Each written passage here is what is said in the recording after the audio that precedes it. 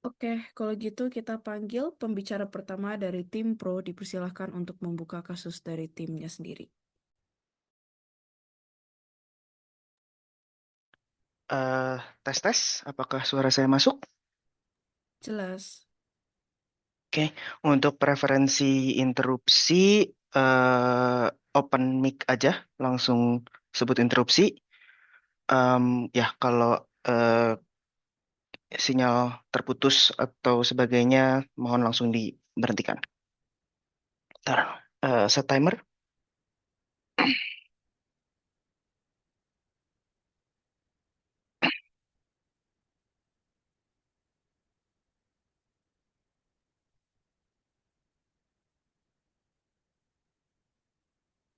Oke, akan memulai dalam 3, 2, 1. Tiga hal yang perlu didefinisikan dalam debat kali ini adalah pertama, tentang materialisme. Dalam debat ini, tim pro akan mendefinisikan materialisme sebagai kebutuhan atas barang atau sumber daya, misalkan uang, aset, status pekerjaan, status sosial, dan akan adanya ekspektasi timbal balik dari kedua belah pihak dalam sebuah hubungan romantis. Maka dari itu, dalam debat ini kita juga akan banyak bicara soal pilihan, choice, konsen, dan juga transaksi dalam sebuah hubungan romantis dan mengapa transaksi tersebut dalam hubungan romantis merupakan sesuatu yang baik, eh, tidak hanya oke tapi juga baik dalam sebuah hubungan romantis. Yang kedua, kita akan mendefinisikan tentang hubungan romantis itu sendiri. Mengapa dalam debat ini hubungan romantis? Yang membedakan hubungan romantis dengan hubungan-hubungan lain seperti hubungan pertemanan, hubungan keluarga adalah bagaimana hubungan romantis itu dipilih dan memiliki intimasi yang lebih tinggi dibandingkan jenis-jenis hubungan yang lain. Hubungan romantis juga dapat dikarakterisasikan sebagai hubungan jangka panjang yang memiliki komitmen jauh lebih tinggi dan juga adanya kebutuhan yang perlu dipenuhi. Berbeda dengan keluarga ataupun pertemanan di mana adanya intensionalitas yang jauh lebih tinggi pada hubungan romantis. Yang mana tim pro pada kesempatan kali ini eh, memiliki kedudukan di mana berdasarkan karakteristik yang telah dijelaskan, meyakini bahwa materialisme itu sesuatu yang baik dalam sebuah hubungan romantis. Dalam debat ini, tim pro juga akan mendefinisikan mendukung sebagai eh, dalam bentuk melakukan pos atau melakukan dukungan terhadap hubungan-hubungan yang mungkin tidak konvensional, hubungan-hubungan yang mungkin dicap sebagai hubungan yang material atau hubungan yang transaksional. Maka dari itu, tim pro merasa bahwa status quo atau keadaan saat ini sangatlah tidak ideal di mana materialisme dianggap sebagai sesuatu yang sangat-sangat negatif. Orang akan disebut sebagai matre lah, gold digger lah, dan sebagainya macamnya. Dan tim pro merasa bahwa konotasi-konotasi negatif yang ada pada hubungan materialisme atau hubungan transaksional membawa lebih banyak harm dibandingkan benefit dalam hubungan romantis. Dua argumentasi yang akan dibawakan oleh tim pro. Yang pertama adalah bagaimana eh, keberadaan materialisme dalam sebuah hubungan romantis itu sebenarnya sesuatu yang sangat baik. Dan yang kedua adalah bagaimana kita juga perlu memvalidasi hubungan-hubungan yang tidak konvensional seperti hubungan-hubungan transaksional. Masuk ke argumen pertama tentang bagaimana keberadaan materialisme itu adalah sesuatu yang sangat baik terhadap hubungan romantis. Dalam status quo, kita merasa bahwa definisi dari hubungan romantis adalah adanya sebuah kebutuhan, baik itu kebutuhan emosional, kebutuhan material, maupun kebutuhan fisik, di mana kebutuhan-kebutuhan ini menjadikan hubungan romantis sesuatu yang sangat sangat intensional, di mana contohnya orang-orang memiliki standar saat mereka mencoba mencari pasangan hidup. Contohnya, oh, kalau mencari cowok harus yang ganteng, kalau cari cewek harus yang cantik, atau misalkan, oh, sifatnya harus baik, sifatnya harus gentleman, harus rajin dan lain sebagainya macamnya. Maka dari itu kita juga tim pro juga merasa bahwa oh memiliki standar bahwa oh pasanganku harus kaya, pasanganku harus mapan, pasanganku harus bisa kasih aku duit, itu adalah sesuatu yang sangat-sangat normal dan harus didukung pada perdebatan kali ini. Kami merasa bahwa kebutuhan-kebutuhan tadi seperti oh harus memiliki pasangan yang cantik misalkan atau ganteng itu adalah physical needs dan juga ada juga kebutuhan-kebutuhan lain yang harus dipenuhi. Dalam current status quo, kita merasa bahwa kebutuhan-kebutuhan yang lain seperti emosional, fisikal, itu sesuatu yang sudah di-demand. Oh, kalau lu mau cari cowok harus yang ganteng dong. Lu cari cewek harus cewek yang baik, yang cantik dan sebagainya macam.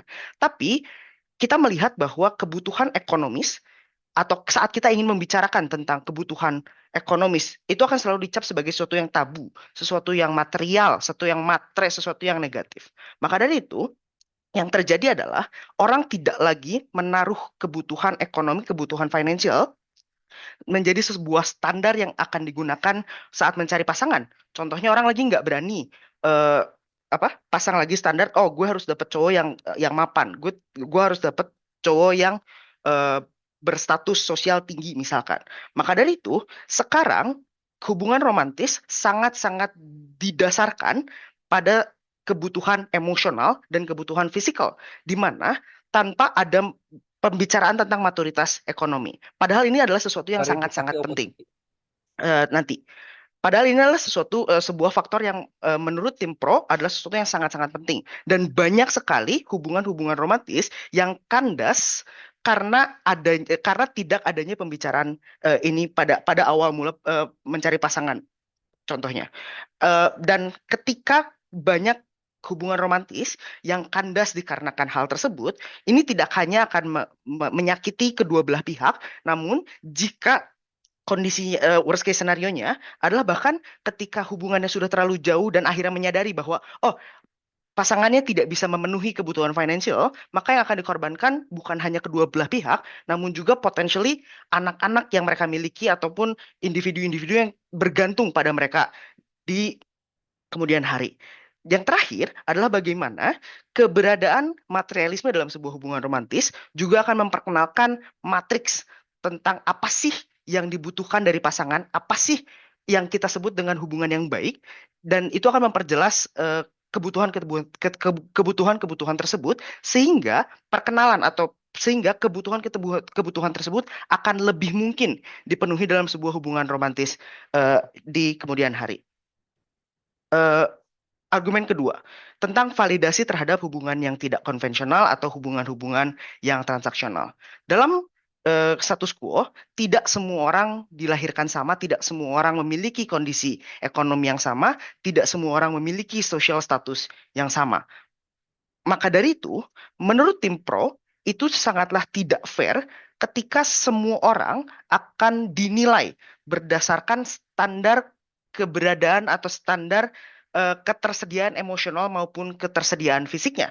Padahal orang yang akan ada selalu orang yang memiliki ke tidak memiliki keberadaan emosional ataupun fisik yang baik, namun mereka memiliki kelebihan dalam hal keberadaan financial atau keberadaan status misalkan. Atau sebaliknya, di mana ada individu yang memang tidak bisa memberikan financial ataupun status, tapi mereka bisa memberikan hal lain seperti emotional availability. Sehingga tim pro merasa bahwa ini adalah sesuatu yang perlu divalidasi dan perlu didukung di kemudian hari. Tim pro selesai. Thank you. Terima kasih atas pidato tersebut. Untuk membuka kasus dari tim kontra, dipersilakan pembicara pertamanya. Apakah suara dan video saya terdengar? Jelas. Oke. Interupsi dari kolom komentar.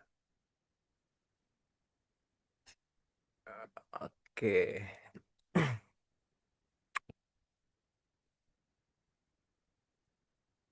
Minum dulu.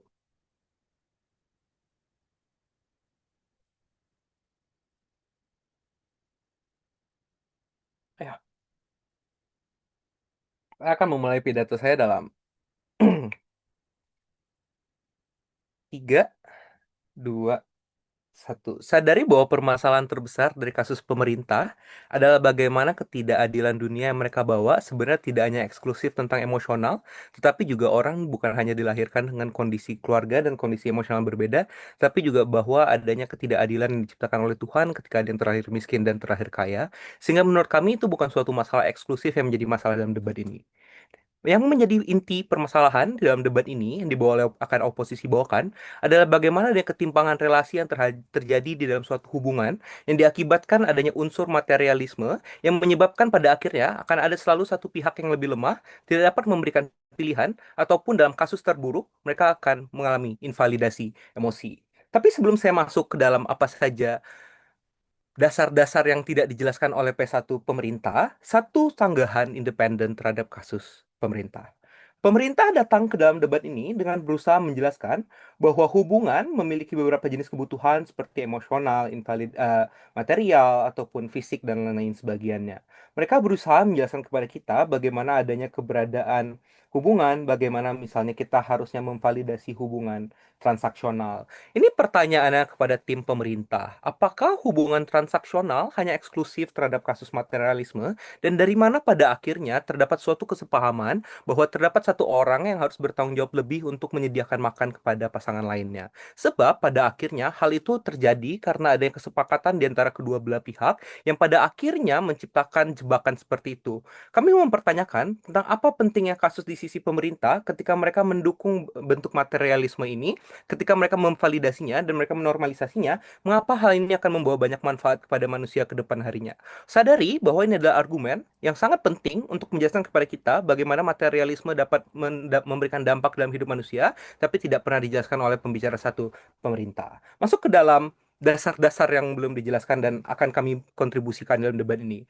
Pertama, sadari bahwa di dunia saat ini, mengapa adanya narasi seperti yang terbentuk tentang bagaimana seseorang harus memberi makan pasangannya, tentang bagaimana misalnya lelaki memiliki struktur sosial lebih tinggi daripada perempuan, atau dalam hal ini budaya patriarki, tentang bagaimana misalnya laki-laki harus bisa membiayai perempuan, itu semua terjadi karena adanya suatu norma yang dinormalisasi oleh masyarakat pada akhirnya. Sadari bahwa hal ini juga diperparah dengan adanya eksistensi sosial media yang memberikan justifikasi pada akhirnya menanamkan suatu paham kepada masyarakat bahwa hal-hal ini adalah hal-hal yang menjadi parameter bahwa pada akhirnya seorang harus memiliki pasangan untuk bisa bahagia. Oleh sebab itu, ini adalah fiat di dalam debat ini. Dunia yang akan kita masuki adalah dunia di mana seseorang merasa memiliki pasangan adalah suatu kewajiban dan tidak ada upaya yang dapat kita lakukan untuk menyalahkan hal tersebut. Satu-satunya yang menjadi pertanyaan kalau begitu adalah dengan jebakan struktural yang terjadi, apa yang bisa kita berikan untuk membantu aktor yang lebih rentan dalam debat ini, yaitu seseorang yang mungkin secara ekonomi lebih lemah, untuk tetap dapat memiliki perasaan, tetap dapat memiliki pilihan, dan tetap dapat dihargai keinginannya. Inilah hal yang tidak pernah dibahas oleh tim pemerintah, dan inilah kontribusi dari tim oposisi. Tiga argumen di dalam debat ini. Argumen pertama adalah argumen prinsipal, menjelaskan tentang bagaimana emosi manusia sebenarnya terbentuk, dan kedua, menjelaskan bagaimana peran pasangan mempengaruhi hidup seorang manusia, dan yang ketiga, tentang bagaimana sebenarnya cara bekerja hubungan tidak sehat dan apa yang dapat kita kontribusikan untuk menyelesaikan permasalahan tersebut. Argumen pertama, menjelaskan tentang prinsipal mengenai emosi manusia. Terdapat tiga sub-argumen di dalam poin ini. Yang pertama, pahami bahwa hubungan romantis yang membedakannya sebenarnya bukannya jenis hubungan ataupun tanggung jawabnya, tapi yang membedakan ada dua hal. Yang pertama adalah berbicara tentang afeksi yang terjadi, tentang bagaimana seseorang dapat memberikan perasaan lebih, menunjukkan kasih sayang, dan dapat diperlakukan secara lebih spesial dibandingkan rekan-rekan lainnya. Tapi yang kedua, adanya eksistensi support system eksklusif yang berada di dalam hubungan romantis yang membuat seseorang dapat mengubah pilihan hidup pasangannya secara romantis. Hal ini berarti secara prinsipal keikhlasan seseorang di dalam suatu hubungan menjadi suatu matriks yang sangat penting untuk menentukan apakah seseorang tersebut dapat menjalani hubungannya sehari-hari secara bahagia atau tidak. Tanpa adanya matriks ataupun tanpa adanya parameter keikhlasan ini, seseorang akan sulit menjalani hubungan sebab mereka akan selalu merasa, setiap orang merasa dia lebih berkorban daripada pasangannya. Mengapa ini menjadi suatu hal yang bermasalah? Ini menjadi suatu hal yang bermasalah di dalam konteks emosi manusia ketika kita jadinya selalu menimbang-nimbang bahwa apa yang dilakukan oleh pasangan kita harus adil dengan kita. Hal ini berarti kalau pasangan saya memberikan saya 10.000 beli makan, saya harus beli 10.000 minuman. Tapi pertanyaannya, semua orang punya kemampuan finansial yang berbeda-beda. Sehingga sebenarnya matriks keikhlasan menjadi suatu hal yang sangat penting untuk memenuhi kebutuhan emosi manusia pada akhirnya. Inilah di mana peran hubungan yang menjadi sangat penting, yaitu mengenai sistem dukungan, di mana manusia menggantungkan dirinya kepada dalam hubungan romantis untuk menentukan pilihannya dalam sehari-hari. Inilah yang kami maksud tentang makna kebahagiaan pada akhirnya ketika kita dapat menemukan pasangan di mana pasangan ini dapat membantu kita untuk mencapai kebahagiaan, membantu kita untuk menyelesaikan masalah hidup kita. Pertanyaannya adalah eksistensi materialisme justru mengambil manfaat-manfaat yang dapat terjadi ketika akhirnya ada suatu metode kuantitatif yang dapat melimitasi, yang dimana kita jadi mengetahui karena saya keluar 100.000, orang tersebut juga harus keluar 100.000, padahal kemampuan finansialnya berbeda. Di dunia kami, tanpa adanya eksistensi parameter materialisme, kita tidak akan lagi mempertanyakan tentang bagaimana kita harus memberikan. Tetapi kita tetap mungkin memang timbal balik, tapi karena timbal balik yang kita harapkan adalah bagaimana perasaan dapat terbentuk pada akhirnya, maka kita akan itulah yang mengakibatkan bagaimana hubungan dapat lebih suportif, dapat lebih mendukung satu sama lain untuk mencapai kebahagiaan, dan inilah bagaimana kami menggambarkan dunia emosi manusia dan mengapa emosi manusia akan tercapai lebih baik di sisi oposisi. Tapi argumen yang kedua, saya akan langsung loncat tentang bagaimana hubungan yang tidak sehat sebenarnya terbentuk dan bagaimana ketimpangan relasi terjadi di status quo. Satu hal yang harus disadari bahwa ketimpangan sosial yang terjadi dikarenakan ada narasi bahwa ketika saya sudah mencari kerja, maka pihak yang tidak mencari kerja harus melayani tidak kerja ataupun mungkin pekerjaan dengan dibayar lebih upah lebih dikit harus melayani si pemberi makan di rumahnya dengan lebih baik.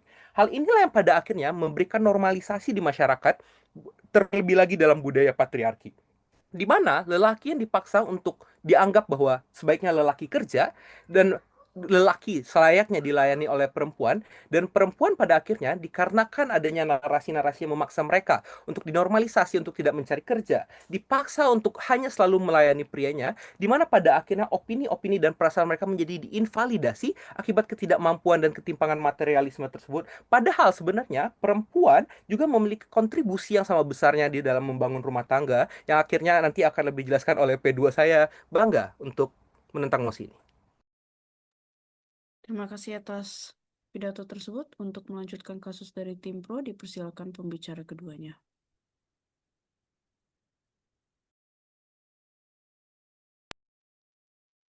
Halo, apakah apa suara saya terdengar? Jelas. Oke, kalau untuk apa interupsi silakan buka mikrofon ya.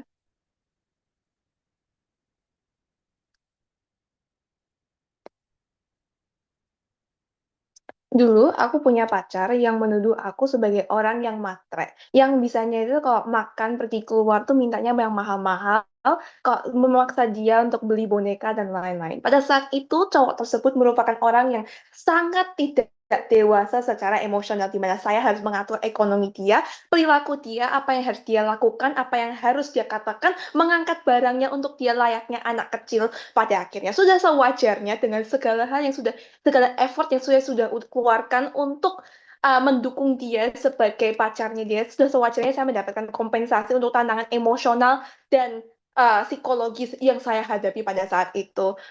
Maka kami mendukung, kami bangga menjadi tim proposisi. Beberapa poin klarifikasi atau sanggahan sebelum saya masuk ke dalam poin ekstensi saya.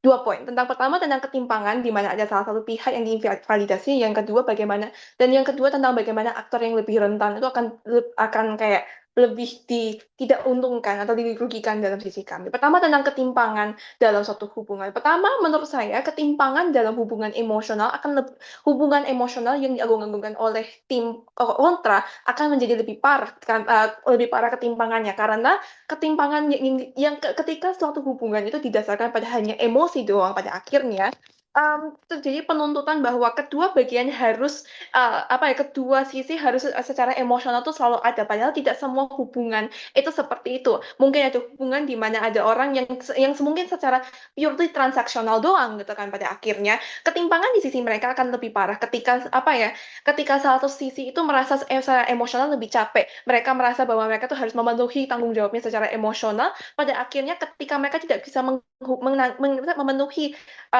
hubungan tanggung jawab mereka secara emosional, pada akhirnya yang terjadi adalah terjadi pertengkaran, konflik dan bla bla bla, dan juga terjadi kayak dihina sama masyarakat karena pada akhirnya mereka itu tidak bisa menjalankan tanggung jawabnya yang sudah ditetapkan oleh masyarakat sebagai partner yang emotionally available bagi satu sama lain kan. Yang kedua tentang bagaimana aktor yang lebih rentan akan dibahayakan pada sisi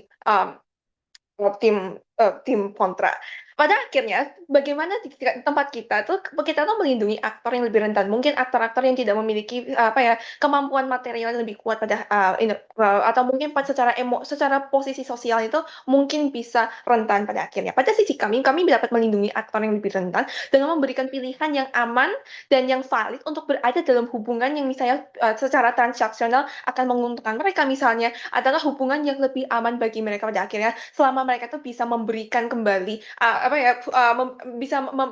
bisa menyeimbangkan hubungan transaksi mungkin secara finansial, emosional, material dan lain-lain dalam hubungan tersebut. Di mana di sisi mereka yang terjadi adalah um, aktor yang lebih rentan tersebut, mereka tahu bahwa mereka mungkin dipaksa oleh masyarakat untuk tetap berada dalam suatu hubungan karena mereka itu secara emosional harus berada dalam suatu hubungan tersebut dan dikatakan bahwa narasinya adalah kalian harus tetap bersama, cinta bisa menyelesaikan segala hal. Padahal itu sesuatu hal yang tidak make sense pada akhirnya atau tidak sewajarnya terjadi karena pada akhirnya yang mungkin terjadi adalah secara finansial dan lain-lain itu tidak terjadi tidak terjadi banyak masalah, misalnya terjadi banyak konflik material dan lain-lain. Yang terjadi adalah mungkin emosi ada di situ, pada akhirnya tidak bisa menyelamatkan hubungan. Karena kalau misalnya analoginya adalah kalau lu lapar, lu nggak bisa mencintai pasanganmu, pada akhirnya lu marahkan sama pasanganmu, pada akhirnya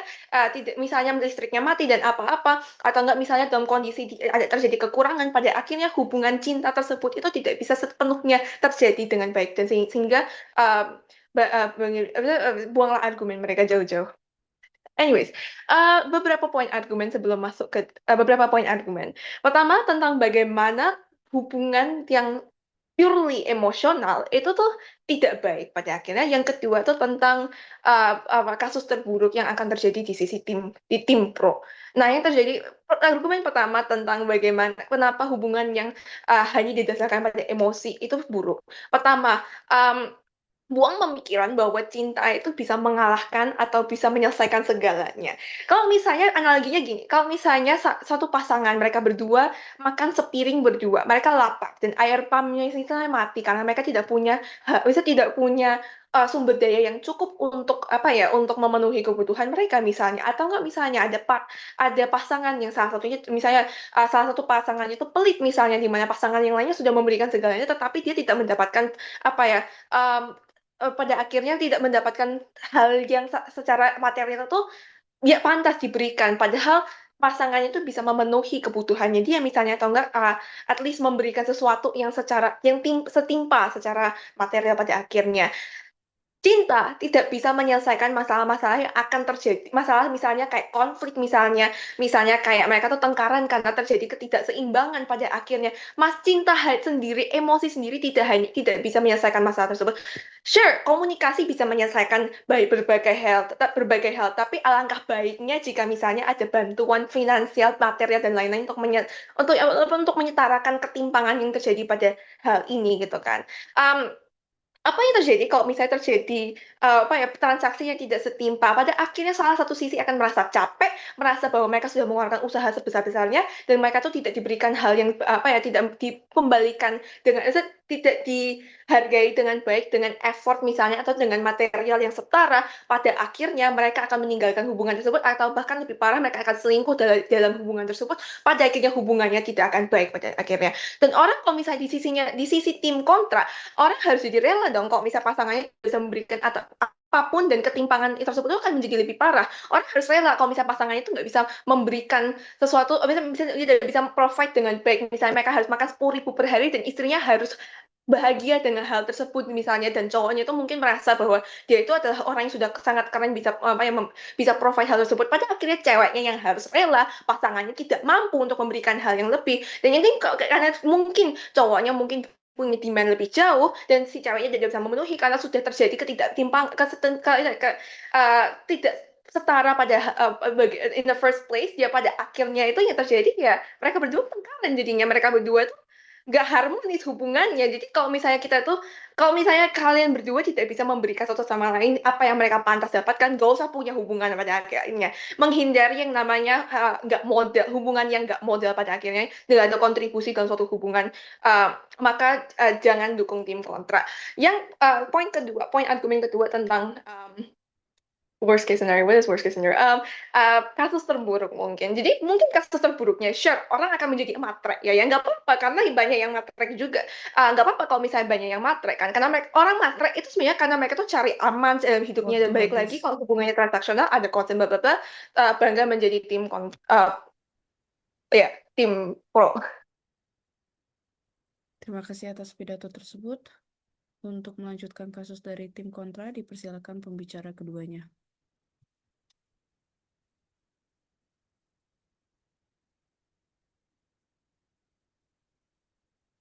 Oh, oke. Ada. Untuk UI, catat aja. Oke, kita mulai. Dan 3, 2, 1.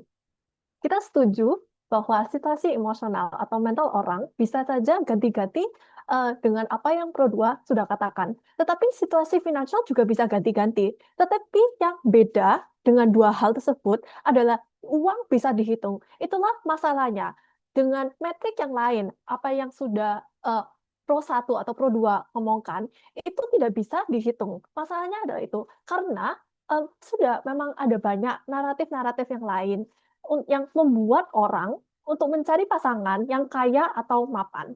Yaitu pertama adalah contoh orang tua atau masyarakat yang bilang cinta tidak bisa membuat kamu makan. Atau bagaimana masyarakat membagus-baguskan kekayaan. Seperti pandangan bahwa orang kaya atau orang sukses itu keren dan punya status yang tinggi. Dan hal-hal ini masih ada. Kedua, kelaparan atau sengsara yang Pro dari tadi sudah ngomongkan itu masih ada. Dan ini adalah hal yang banyak orang merasakan setiap harinya. Hal ini adalah hal yang sangat dekat dan proximate kepada banyak orang. Dengan walaupun hal-hal kecil seperti merasa ingin membeli sesuatu tetapi tidak bisa. Apalagi dengan bagaimana sekarang contohnya mencari kerjaan sangat sulit.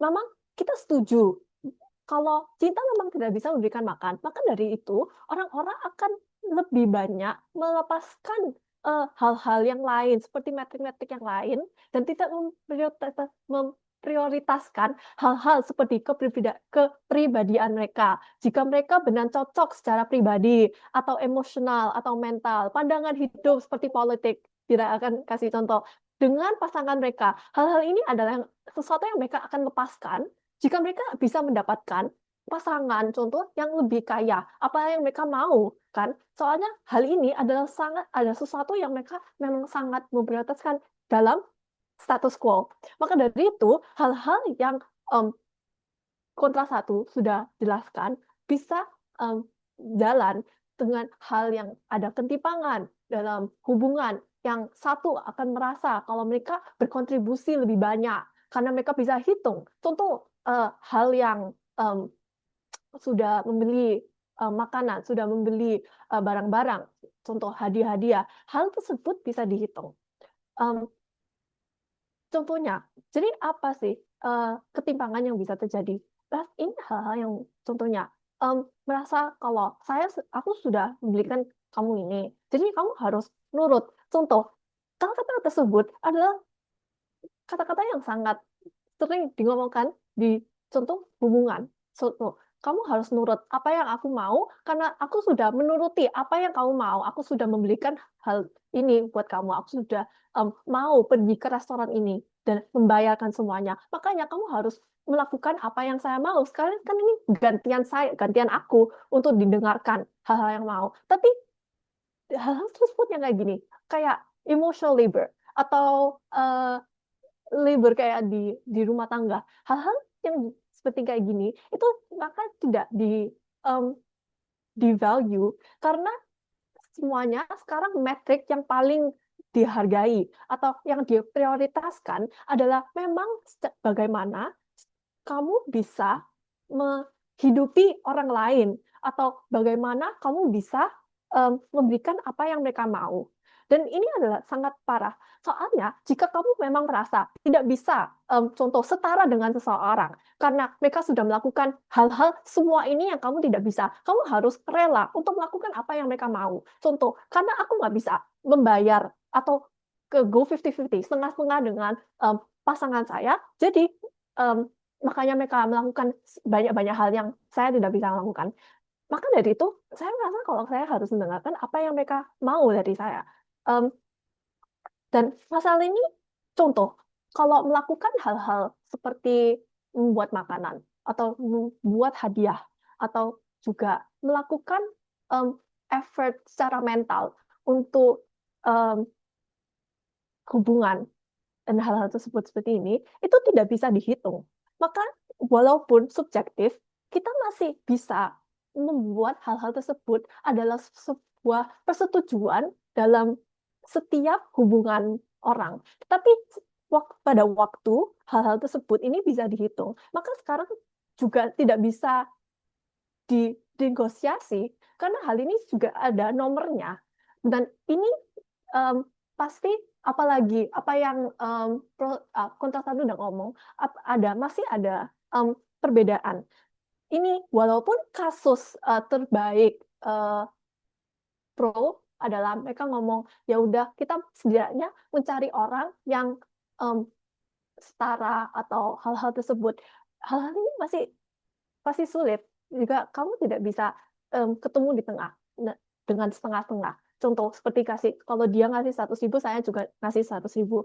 Ini pasti akan membebani contoh wanita karena masih ada hal-hal seperti selisih gaji gender, ada bias, preferensi dalam kerjaan untuk mencari cowok untuk yang kerja dan hal-hal tersebut. Dan maka dari ini akan membuat situasi yang tidak understanding karena hal-hal dengan situasi finansial juga bisa naik turun terus. Walaupun kasus paling baik adalah kita memang mencari orang yang setara, tetapi pada akhirnya pasti orang-orang ini akan hitung-hitungan sampai paling terakhir. Mereka akan hitung kalau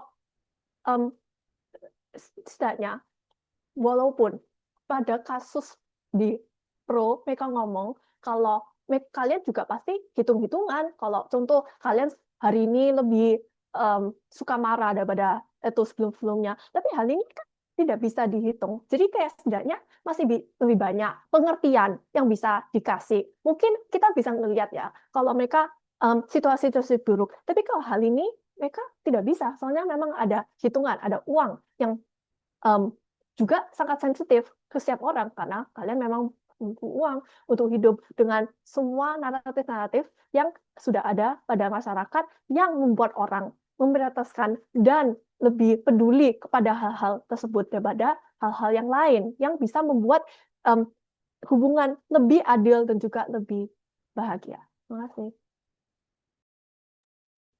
Baik, terima kasih atas pidato tersebut. Untuk melanjutkan kasus dari tim pro, dipersilakan pembicara ketiganya.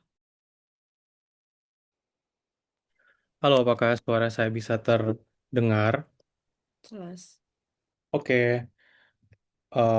Preferensi POI unmute karena saya tidak akan melihat chat.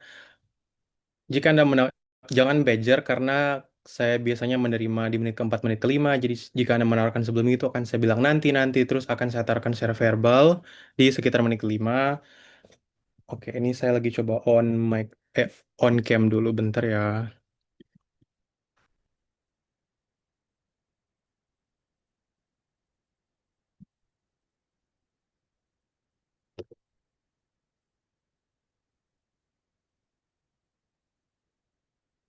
Oke, apa videonya lancar? Jelas. Oke, thank you. Oke, lagi mau pasang stopwatch.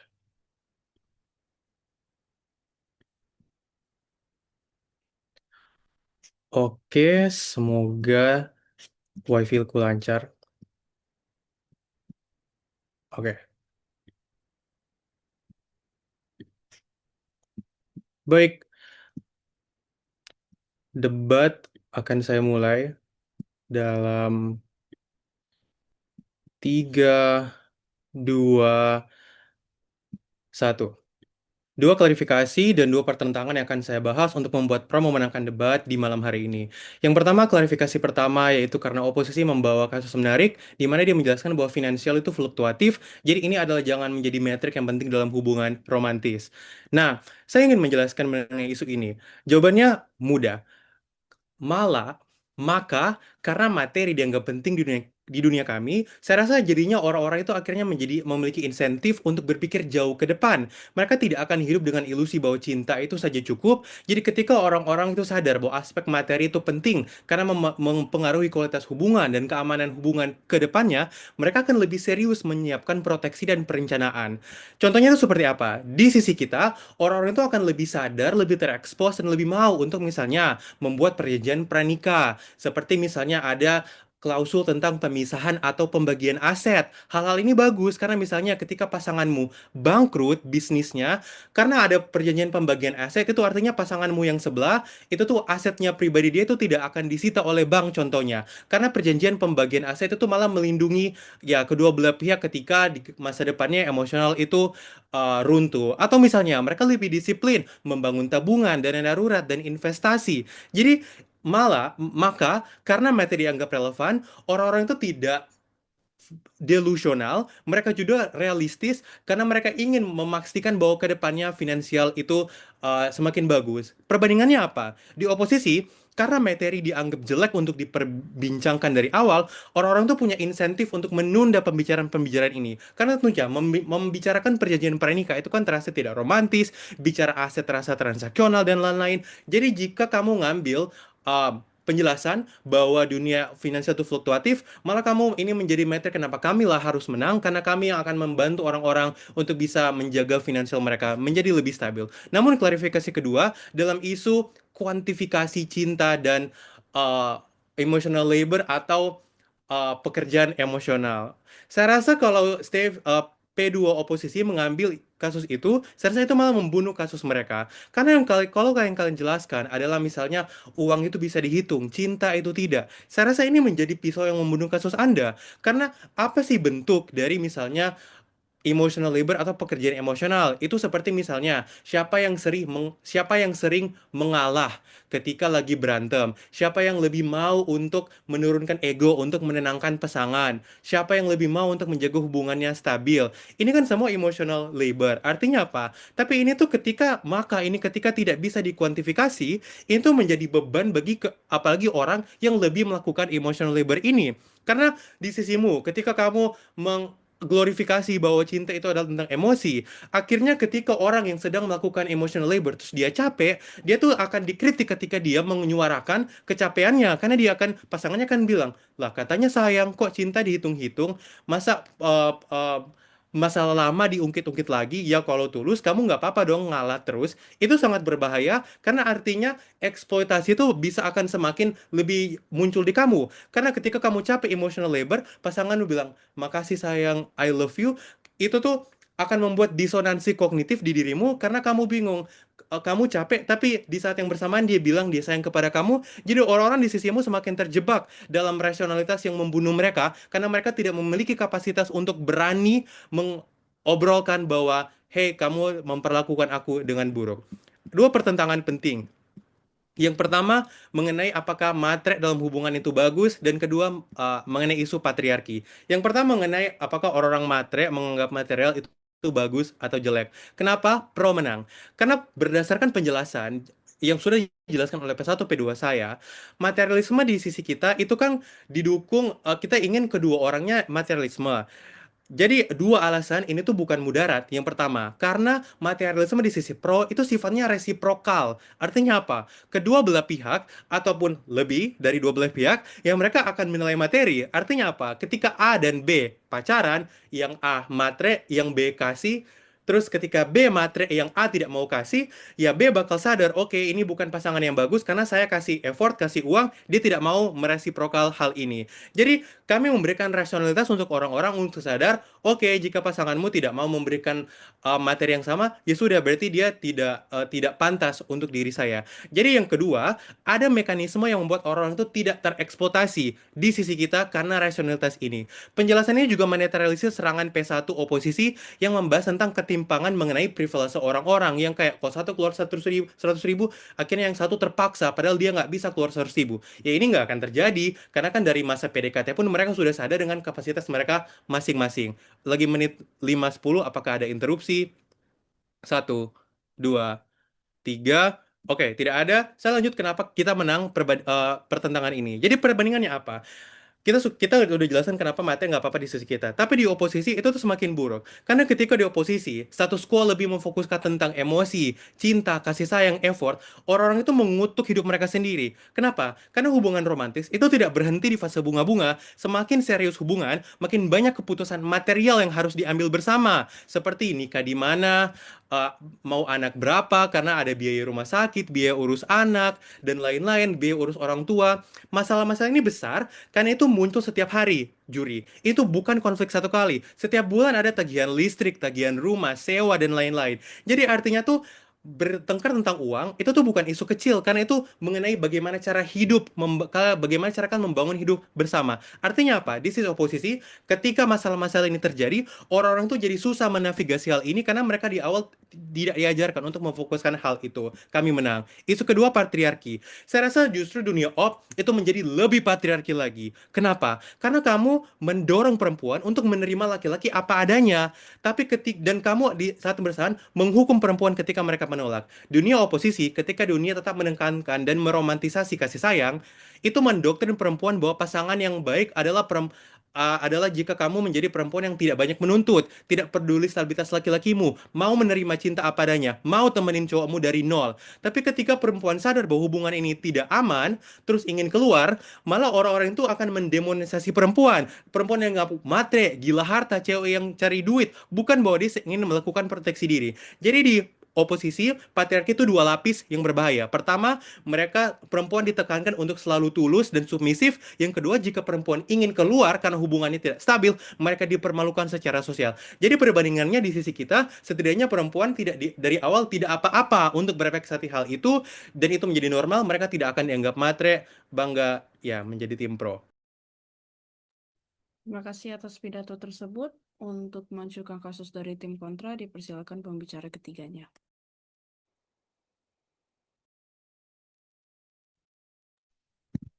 Tes, apakah audible Dewan Juri? Jelas. Baiklah, untuk preferensi interupsi, saya sarankan untuk emoticon raise hand, serta jika ada kendala jaringan, silakan ditegur. Pidato akan saya mulai dalam hitungan 3, 2, 1.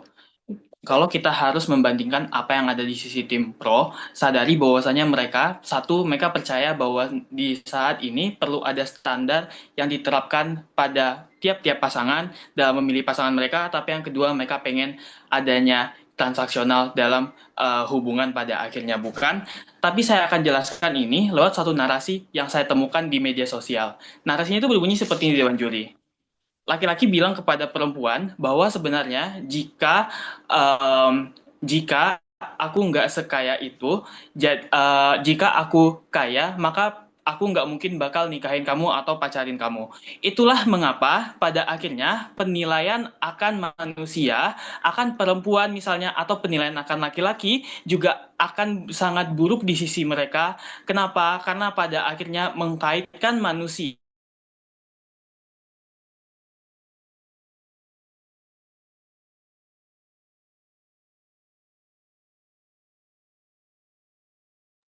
Kenapa? Karena pada akhirnya yang Iya, kayaknya putus. Sebentar. Em, maaf, P3 dari kontra. Oke. Em, tadi ya sinyalnya putus-putus dan kebetulan menurut aku putus-putusnya tadi sebelum menit 1 ya. Jadi dipersilahkan mengulang kembali pidatonya. sebentar Dewan Juli. Mm-mm.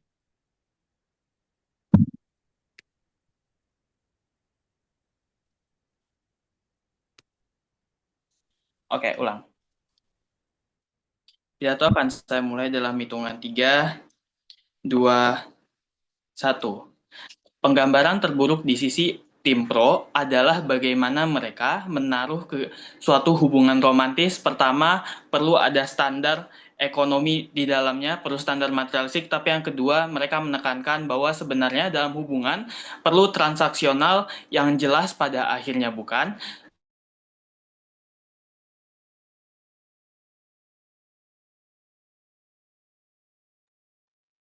Oke, ini Kayaknya putus matiin lagi. aja kameranya. Iya, benar. Eh, oke. Coba dites Oke, dulu. tes-tes. Kamu baca mosi Bibo, coba. Dewan ini mendukung materialisme dalam hubungan romantis. Oke, Ya. coba ya. Oke, baiklah. 3, 2, 1.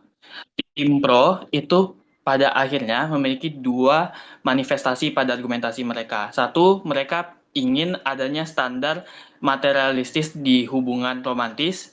Yang kedua, mereka ingin adanya hubungan yang transaksional pada akhirnya.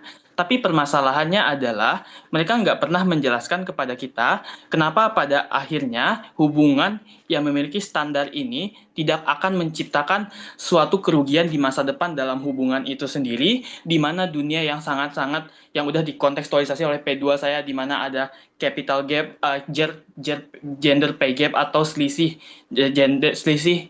gaji gender misalnya. Saya akan jelaskan ini Dewan Juri, bahwa sebenarnya jika tim pro merasa bahwa sebenarnya hubungan yang berlandaskan atas emosional itu buruk, justru saya akan respon di sini Yuri. Kenapa hubungan atas emosional pun itu tidak apa-apa pada akhirnya? Karena hubungan atas dasar emosional itu diperlukan dan dimitigasikan lewat komunikasi yang jauh lebih baik, sehingga ada interaksi yang intens di dalamnya pada akhirnya. Jika kita pakai visualisasi di tim pro, jika Anda sakit hati kepada pasangan Anda yang tidak bisa mengerti Anda, maka setidaknya mereka pakai alternatif kedua, yaitu adalah dengan uang ataupun dengan transaksional. Itulah kenapa pada akhirnya ketika Anda, tapi yang kedua, kalaupun dengan hubungan transaksional yaitu uang, pada akhirnya ini akan menciptakan suatu kuantifikasi yang bisa dihitung hingga pada akhirnya menyebabkan relasi kuasa di mana seseorang itu merasa dirinya lebih tinggi daripada pasangannya. Saya rasa dalam konteks yang disampaikan oleh pembicara kedua saya, di mana ada selisih gaji gender di dalamnya, itu menunjukkan bahwa sebenarnya secara ekonomi pun dalam struktur masyarakat Indonesia sekarang, pada akhirnya akan sulit terjadi persamaan ekonomi itu, hingga pada akhirnya menciptakan sebuah bentuk inferioritas di dalam hubungan di mana perempuan harus mengikuti kata laki-lakinya. Even walaupun laki-laki itu walaupun ketika pasangan itu udah sakit hati sebagaimanapun, ada justifikasi di mana laki-lakinya udah memberikan sebanyak itu hingga pada akhirnya dia harus merasakan sakit hatinya jauh lebih mendalam pada akhirnya, bukan? Tapi yang itu perspektif perempuan. Tapi yang kedua, perspektif laki-laki itu seperti apa di dalam dunia dengan selisih yang sangat besar ini antara laki-laki dengan perempuan. Saya mendengar narasi TikTok di mana ada yang bilang bahwa jika pada akhirnya jika aku kaya, maka perempuan aku atau pasangan aku itu bukan kamu. Artinya Dewan Juri ini mereduksi eksistensi manusia karena pada akhirnya melekatkan isu kapitalistik ke dalam statusnya pada akhirnya, bukan? Padahal dalam hubungan romantis seperti yang sudah disampaikan oleh pembicara satu saya, bahwa sebenarnya mereka yang dibutuhkan itu apa? Ada dukungan emosional, ada dukungan untuk saling mengikhlaskan, untuk pada akhirnya menjadi ruang aman tempat cerita, bukan sebagai tempat buat Anda untuk menggantungkan hidup Anda. Jika kita pakai narasi yang mereka inginkan di posisi, di mana mereka ingin bahwa dunia yang hubungan romantis yang tidak konvensional, justru mereka harus jelaskan kenapa secara tiba-tiba ada perjanjian bahwa laki-laki dan perempuan ini tiba-tiba harus memenuhi satu sama lain pada akhirnya. Justru kita di sini memitigasi di mana bahwa pada akhirnya akan memunculkan rasa tanggung jawab berlebihan baik antar pasangan kamu untuk memenuhi satu sama lain. Ini masuk kepada eksistensi saya soal mitigasi konflik di masa depan tentang bagaimana Anda menghadapi worst case Anda. Ketika atau kasus terburuk Anda, ketika pada akhirnya ini menciptakan sebuah kasus terburuk di mana mereka akan putus, ya setidaknya di kita itu sudah jika mau putus ya udah putus aja karena pada akhirnya tidak ada beban material di dalam hubungan mereka. Tapi bayangkan ini ada di sisi tim pro. Ketika mereka harus putus, ketika mereka harus um, mengakhiri suatu hubungan ini pada akhirnya mereka harus membayar atau membayar uang atau aset yang udah dikeluarkan selama dalam hubungan karena ini dihitung dari awal pada akhirnya bukan karena mereka yang mengamini sendiri bahwa sebenarnya ini tuh merupakan hubungan yang transaksional maka pada akhirnya perlu ada timbal balik yang konkret berupa bentuk kuantitatif pada akhirnya masuk kepada sesi penimbangan. Penimbangannya seperti apa?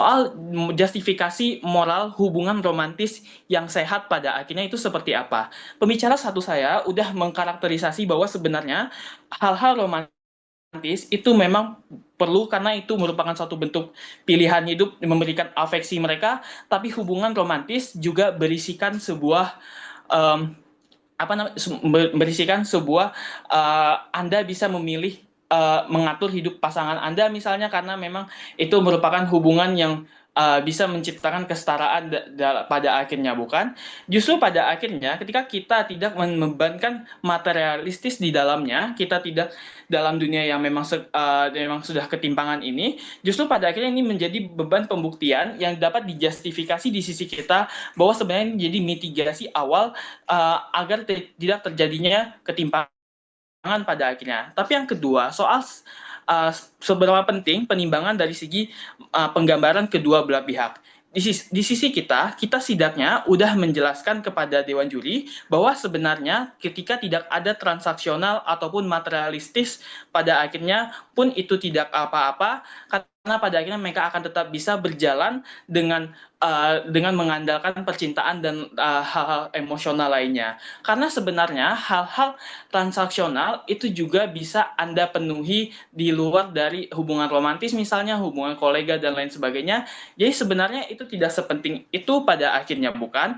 Tapi yang ketiga, kita adalah tim yang memberikan visualisasi dinamika hubungan yang sehat karena kita menghilangkan bentuk relasi kuasa yang bisa diukur secara kuantitatif sehingga pada akhirnya jika ada pelarian pun di sisi kita buat yang inferior itu mereka bisa lari tidak perlu terjebak dalam hubungan yang tidak sehat itu pada akhirnya. Tapi di sisi mereka banyak sekali plot hole dalam argumentasi mereka. Maka dari itu sekian, terima kasih. Terima kasih atas pidato tersebut. Untuk menyimpulkan seluruh kasus dari tim kontra, dipersilakan pembicara penyimpulnya. Terdengar, terlihat? Jelas. Oke. 420 ya? Benar. Oke.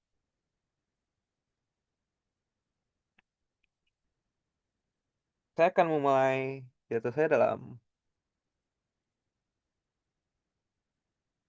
3, 2, 1. 4 pertimbangan bagi Dewan Juri untuk menentukan siapa yang lebih eksklusif, lebih penting, dan dapat memenangkan perdebatan kali ini. Eh, Pertimbangan pertama, ayo kita berbicara tentang beban pembuktian yang terdapat di dalam mosi. Sadari bahwa ini adalah mosi mendukung dan bukan mendukung suatu narasi. Inilah kesalahan terbesar atau kesesatan berpikir terbesar yang terdapat di kasus pemerintah. Mereka hanya bermain pada level mengenai bagaimana materialisme bertindak sebagai narasi.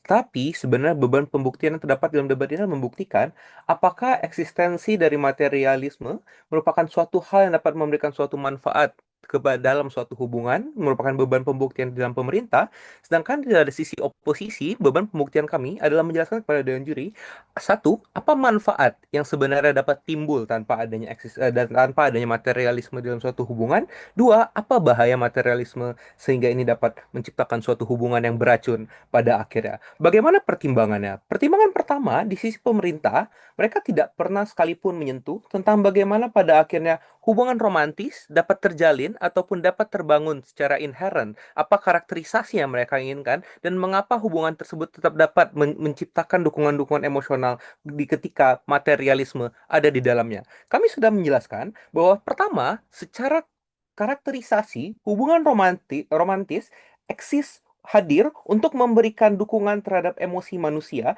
di mana pada akhirnya eksistensi materialisme membuat kita mempertanyakan apakah dukungan-dukungan yang menciptakan kebahagiaan tersebut masih dapat dicapai pada akhirnya. Inilah mengapa pada akhirnya satu-satunya tim yang memenuhi beban pembuktian dalam debat ini dan sesungguhnya memainkan peran untuk memberikan dasar-dasar apa yang seharusnya dijelaskan mengenai karakterisasi hubungan romantis baru ada di sisi oposisi. Pembuktian pertama kami menang.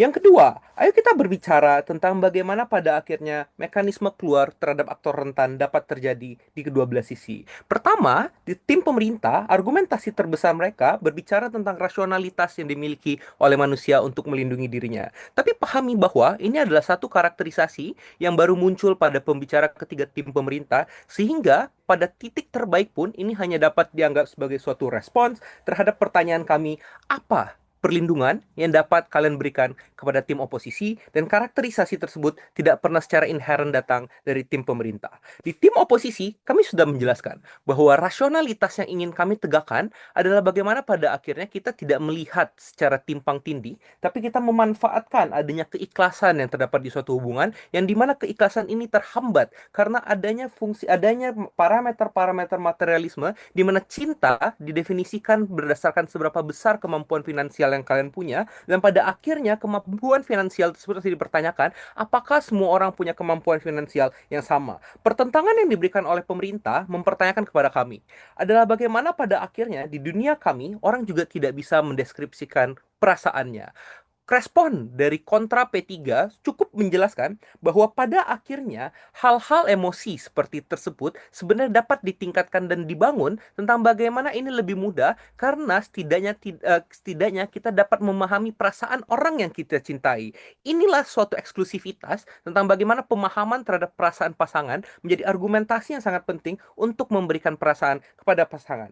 Tetapi pertentangan ketiga adalah penjelasan tentang bagaimana perlawanan terhadap budaya patriarki dapat terjalin di kedua belah sisi. Di tim pemerintah, mereka tidak pernah mempermasalahkan dan mereka justru merasa bahwa ini adalah hal yang patut untuk dinormalisasi. Mereka tidak pernah merespon argumen dari P2 tim kontra yang menjelaskan bagaimana adanya kekangan struktural yang menciptakan perbedaan gaji jenis kelamin yang pada akhirnya menciptakan perempuan akan selalu direndahkan dan di bawah posisi pria berdasarkan narasi yang ada di status quo. Pahami bahwa setidaknya di dunia oposisi, parameter kami yang menciptakan perubahan tentang definisi bagaimana sesungguhnya hubungan dapat terjalin tidak lagi menentukan berdasarkan kemampuan finansial, dan itulah pada akhirnya yang menciptakan kemampuan orang untuk membuat pilihan pada akhirnya bangga untuk menentang mosi ini. Terima kasih atas pidato penyimpul tersebut. Untuk menyimpulkan argumen yang datang dari tim pro, dipersilakan pembicara penyimpulnya.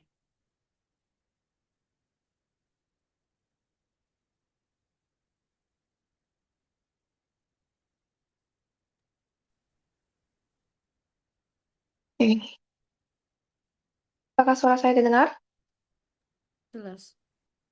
Oke. Buka timer dulu. Mereka memulai pidato pada slide pertama.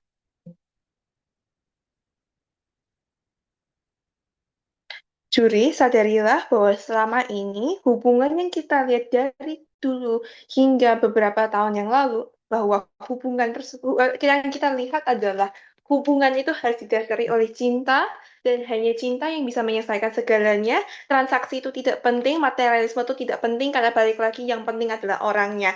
Ini merupakan narasi yang sangat berbahaya yang sudah seperti yang sudah dikarakterisasikan oleh P1, P2, dan P3 dari tim pro, maka bangga menjadi tim pro pada akhirnya.